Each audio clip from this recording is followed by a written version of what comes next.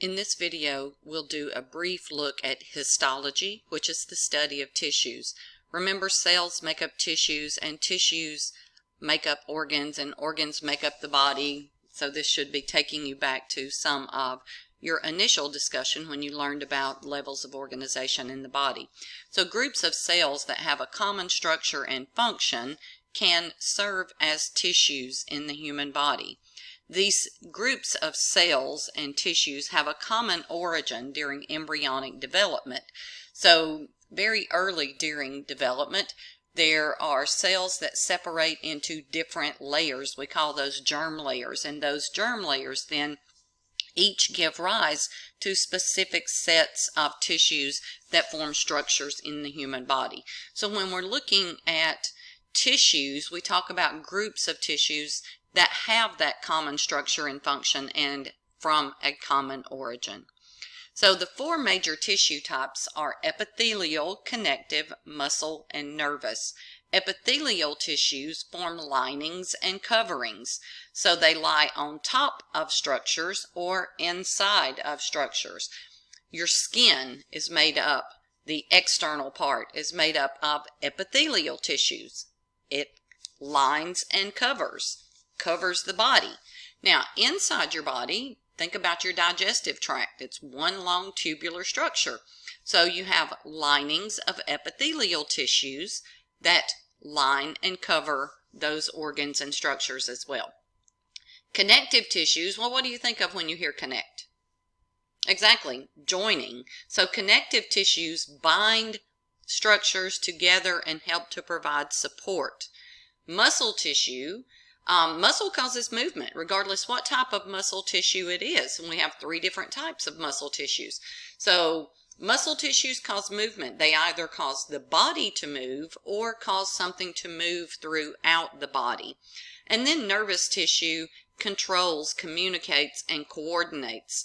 Think about what has to happen in order for you to know that you put your hand on a cold desktop. You lay your hand down. Did your hand know that it was cold? Did your hand know it was a desktop? No. But your brain did, right? But you didn't put your brain on the desktop and determine that it was cold, it was flat, perhaps it was dirty or sticky. All that had to be received by receptors in your hand and sent through a nerve pathway up through your arm and through your spinal cord and up to your brain. And your brain said, that's a desktop, it's cold, it's sticky. And then if you were to move your hand off that desktop, then information had to leave your brain and go back down that same pathway all the way out to the muscles that move your arm. And then you take your hand off the desktop. So that took a lot of control, communication, and coordination, and it was driven by the nervous system. But if we think about, or it was driven by nervous tissue, right, which makes up the nervous system. But if we think about what all I said there, we had movement of the arm. Well, that required muscles, so muscular tissue. There are connective tissues associated with the muscles and bones and blood. All of that's connective tissue, and the part of your skin and underlying supporting structures, all of that's connective tissue. And then the epithelial tissues that line blood vessels and form the covering. So the point here is all types of tissues work together in order for the body to function. But we'll do a brief examination of the four major tissue types. All right, so we'll start with the epithelials, and when we're discussing epithelial tissues, we classify them in two major categories. It gives us a way to describe these tissues and also to identify them. First, we look at the number of layers of cells that make up that tissue. Simple epithelial tissue is made up of one layer of cells, so it's a very, very thin layer. Stratified, well, stratum means layer, so stratified epithelial is made up of more than one layer. And pseudo-stratified, what's a pseudonym? A pseudonym is a fake name. Pseudo-stratified, fake layer. So it's really one layer of cells, but its appearance looks like it's many layers. Well, that's interesting. I'll show you some examples.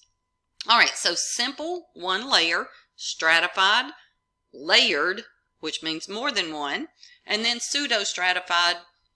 Those are the fakers, okay? They look like they're layered, but they're not.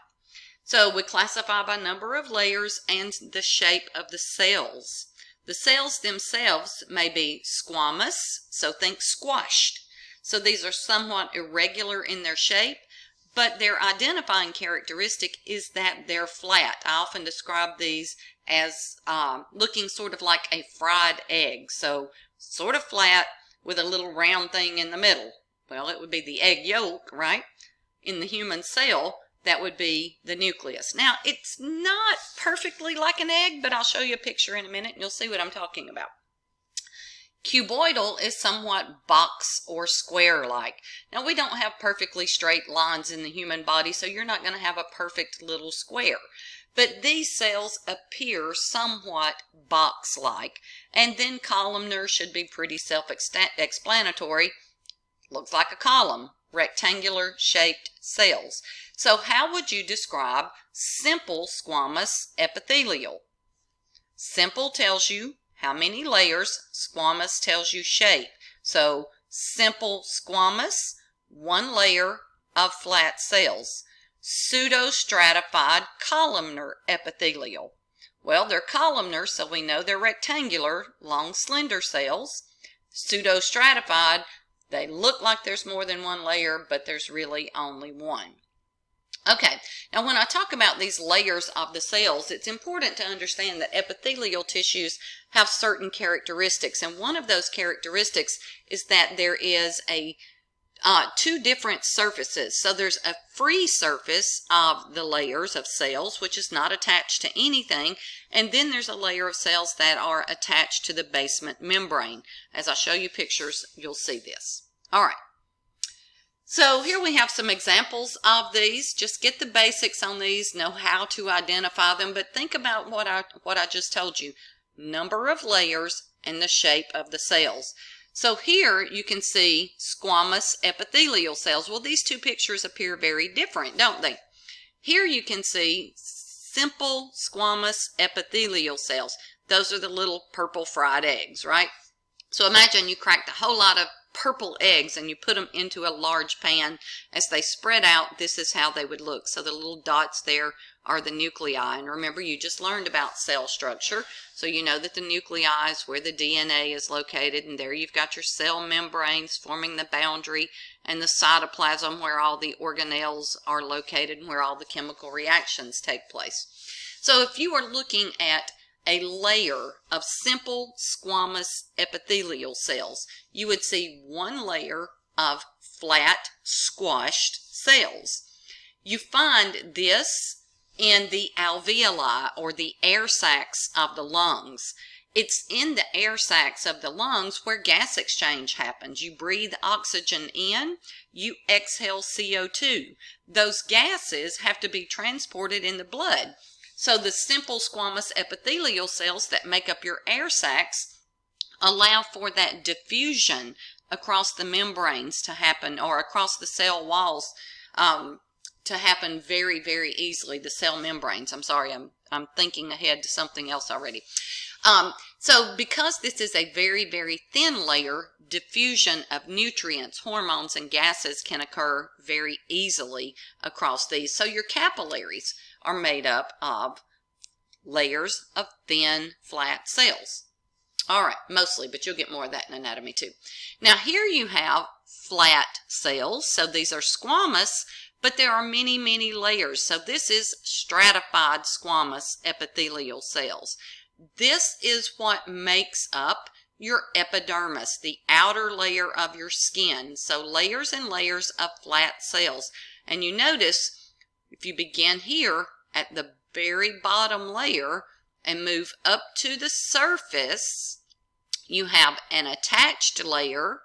Okay, so that's attached to the basement membrane, and then a free surface. Okay, so this is what would be on the outside of your body, right? So that's the apical surface, or the apex, and this is the basal layer attached to the basement membrane on the bottom. So, all right, you also notice when you look at this that as you these layers get pushed farther and farther and farther and farther toward the top, toward the apex. They become much flatter, so much more squamous in their appearance. Here you have 3 examples of columnar epithelial tissue. So you see nice long rectangular cells. There's your free surface. There's a free surface. There's attached to the basement membrane. Here you have columnar cells as well, lining a structure called a villus, a finger-like projection like you would have lining your intestine. And here you have pseudo-stratified columnar epithelial. Now I want to point out a couple of differences. Look at these 2 examples of columnar tissue. You see the nuclei are lined up pretty parallel. All these little dark spots right here are the nuclei, right? So this is much less magnified. So all of this is columnar epithelium. All of this is columnar epithelium. And the dark little line right here are the nuclei of these cells. But what do you see in this bottom picture? It looks very different. This is your fakers, the pseudo-stratified columnar epithelial. Okay, so see how all these nuclei are at all different levels? They're not just lined up parallel, right? But think of these as, like if you go to a rock concert and you've got people just piled in all down in the general admissions area and everybody's all squished together so they don't really have their own space. That's sort of the way these cells are. They're all attached here to the basement membrane, like everybody at the concert would be standing on the floor, right? But because they're so squished together, the nuclei gets pushed. And sometimes it's pushed toward the bottom of the cell. Sometimes it's pushed toward the top of the cell. So even though it appears layered, this is one layer of columnar epithelial cells. A couple of additional things I want to show you here are the presence of these little mucus-producing cells that are unicellular, one cell glands. These are called goblet cells. So they secrete mucus out onto the free surface. Now also you'll notice here on the free surface of these pseudostratified, you can see that it looks like there are little hairs everywhere. Those hair little projections are called cilia. And so mucus is being secreted. You've got little hair-like projections. Remember, the body is a wet surface, right? So the mucus secretes a sticky fluid out onto the surface. And the cilia help to propel. So they're moving like little grass in water. So think about seaweed in water. So the cilia help to propel things along a passageway. The mucus cells, the goblet cells, secrete mucus.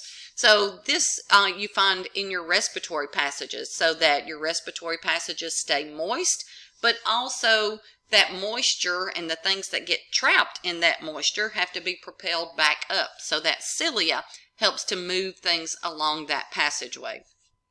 And then finally we have the cuboidal epithelium. So you can see this is lining a passageway. Here's another passageway. So we'll focus on just this part right here.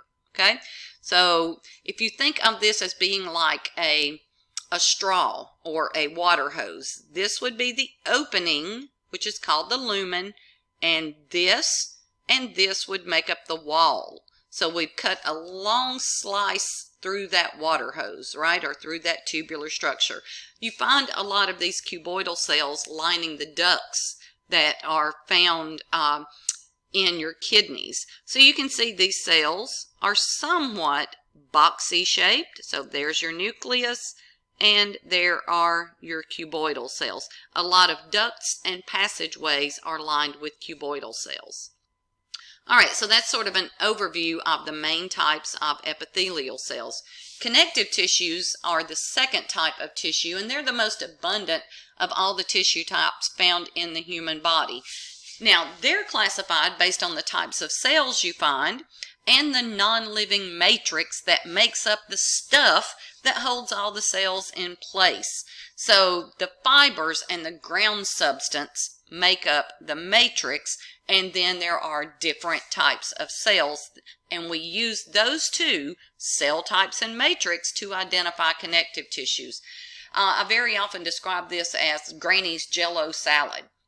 I don't know if your grandmother ever did or not, but each Christmas my granny would take Jell-O and she would chop up some apples and little mandarin oranges and pecans and sometimes marshmallows and such. And she would put it into the Jell-O and make this Jell-O salad.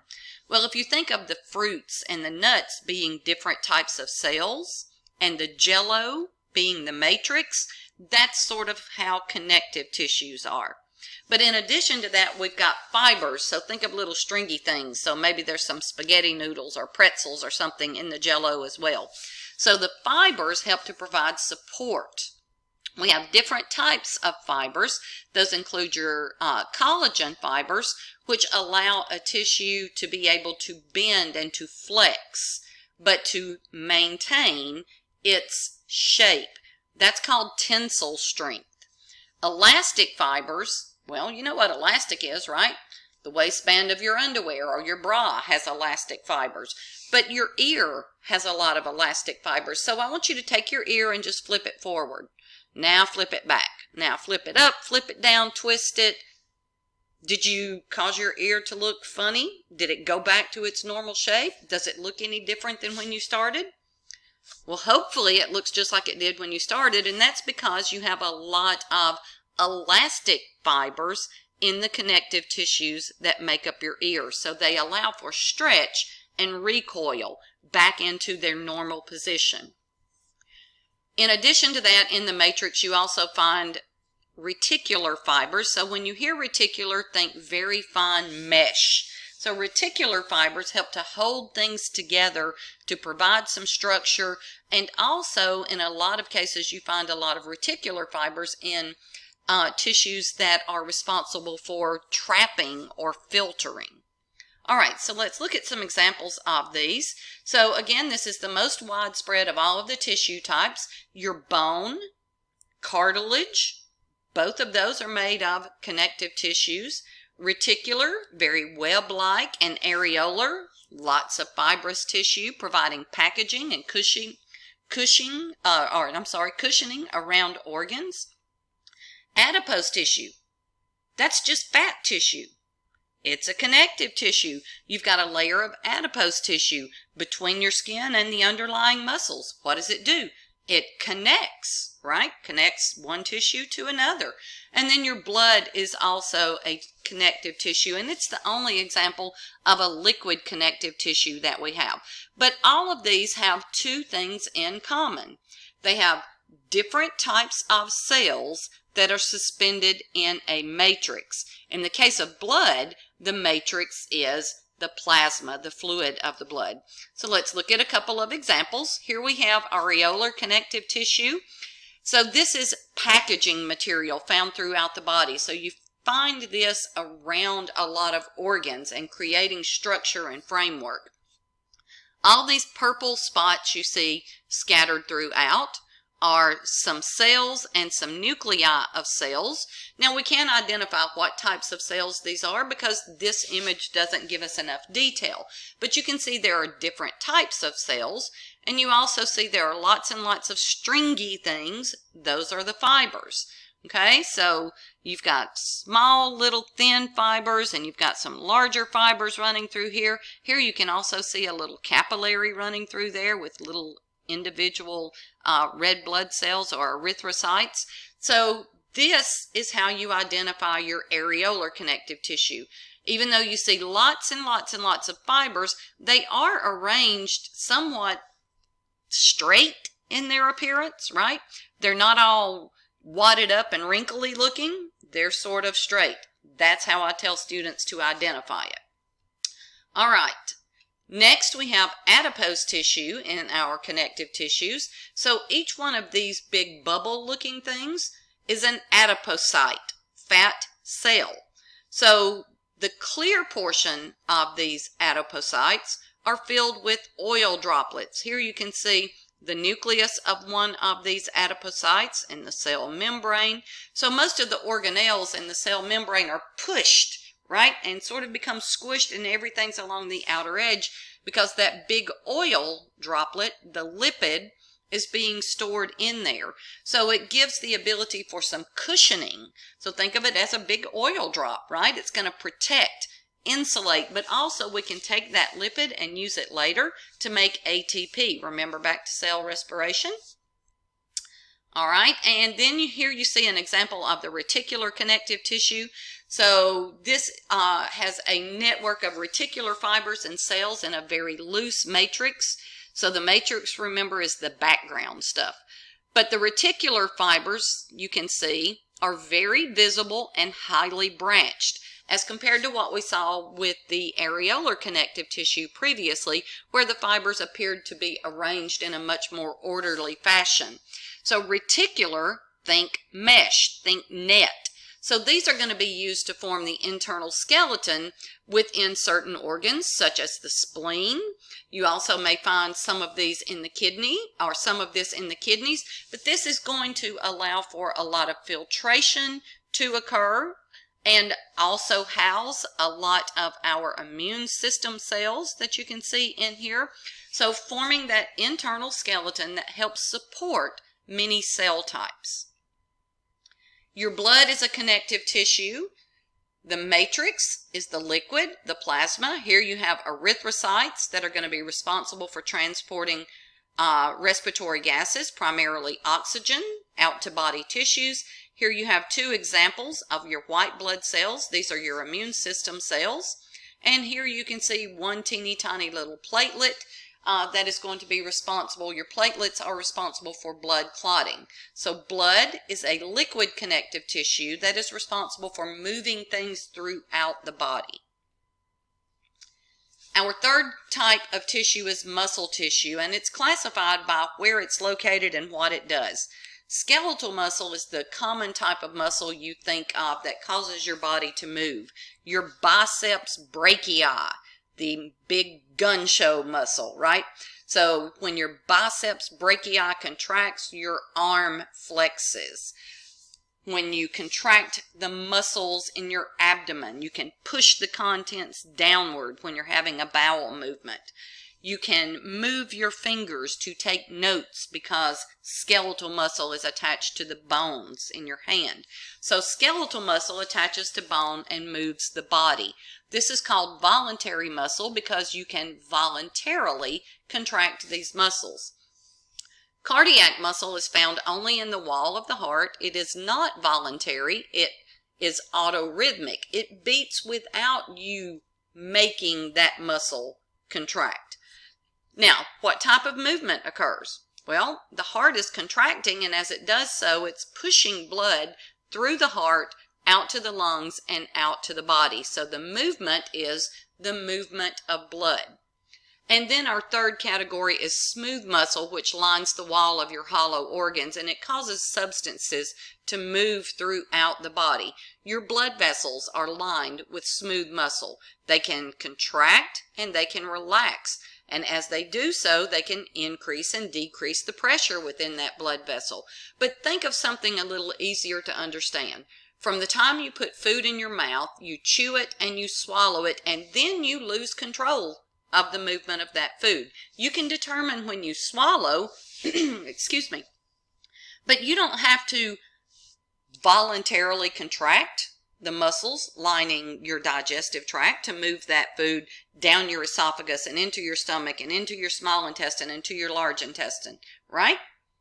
So that voluntary movement or contraction of smooth muscle causes that voluntary movement. That is called peristalsis. So those smooth muscles contract due to the stimulus of that food moving through.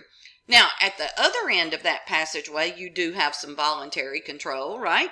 You can contract or relax the anal sphincter, right? And allow for the passage of the feces out of the body. So you have control of the muscles at the beginning of the passage and at the end of the passage, but the rest of the way is smooth muscle. Smooth muscle is typically found in sheets of spindle-like or sort of pointy little cells. All right, so you have to identify one type of muscle tissue at this point, and this is your skeletal muscle. So skeletal muscle is striated in its appearance, which means it appears striped. So each one of these long pink stripes is a skeletal muscle cell, also known as a muscle fiber. They are multinucleated, so several nuclei per cell, and these are your voluntary muscles that attach to bone. And then our fourth and final type of tissue, major tissue in the body, is the nervous tissue. So remember the example we used at the beginning of the discussion when I talked about placing your hand on something. Your hand has receptors that detect stimuli. You've got receptors all over your body. We just use the hand because it's easy to think about, right? So you have receptors that detect that information, and then that information is conducted in the form of a nerve impulse to the brain and the spinal cord for communication and processing. What is this information that's coming in, and what action do I need to take? So that requires a lot of very specialized tissue for conducting that information, for controlling the movements and communicating between different body parts. So the nervous tissue makes up your brain in your cranial cavity, your spinal cord, which runs through your vertebrae. Spinal cord is not that bony structure. That bony structure is your vertebral column. But the spinal cord is nervous tissue that runs from the brain stem down through the vertebrae, and then you have peripheral nerves that run to and from body tissues, okay? So again, you've got to detect information in the body, hand, gut, wherever, get that information through a nerve pathway to the brain so that a decision can be made or interpretation can be made. Now let's look at some of these cells very briefly. The main type of cell that makes up nervous tissue is called a neuron. In addition to your neurons, you have neuroglial cells, which are your supporting cells, and you'll learn much more about this at the end of the semester. So let's take just a quick look here. Here you have one neuron, so this is the cell body. Here you have another, this is the cell body. Here you have a giant neuron. You only see part of it, so this is the cell body. There's the nucleus. There's the nucleus. In there you've got a nucleus, okay? So just like an ordinary cell, except for all these long cytoplasmic extensions. Okay, so here you can see extensions of the cytoplasm coming off the cell. These cytoplasmic extensions are called dendrites if they receive information, or axons if they transmit information. So let's say this cell receives a stimulus, some type of input. That information is going to be received by the dendrites, processed in the cell body, and then if an action is to occur, say we're going to contract a muscle, then this nerve impulse will travel down the axon to the next cell. Now again, you're going to get much more of that, so just get the big picture right now. And out here you can see there are many more teeny tiny little neuroglial cells, and again there are several different types of these, and we'll examine those in much more detail in the nervous system. All right, that's it for our tissue types.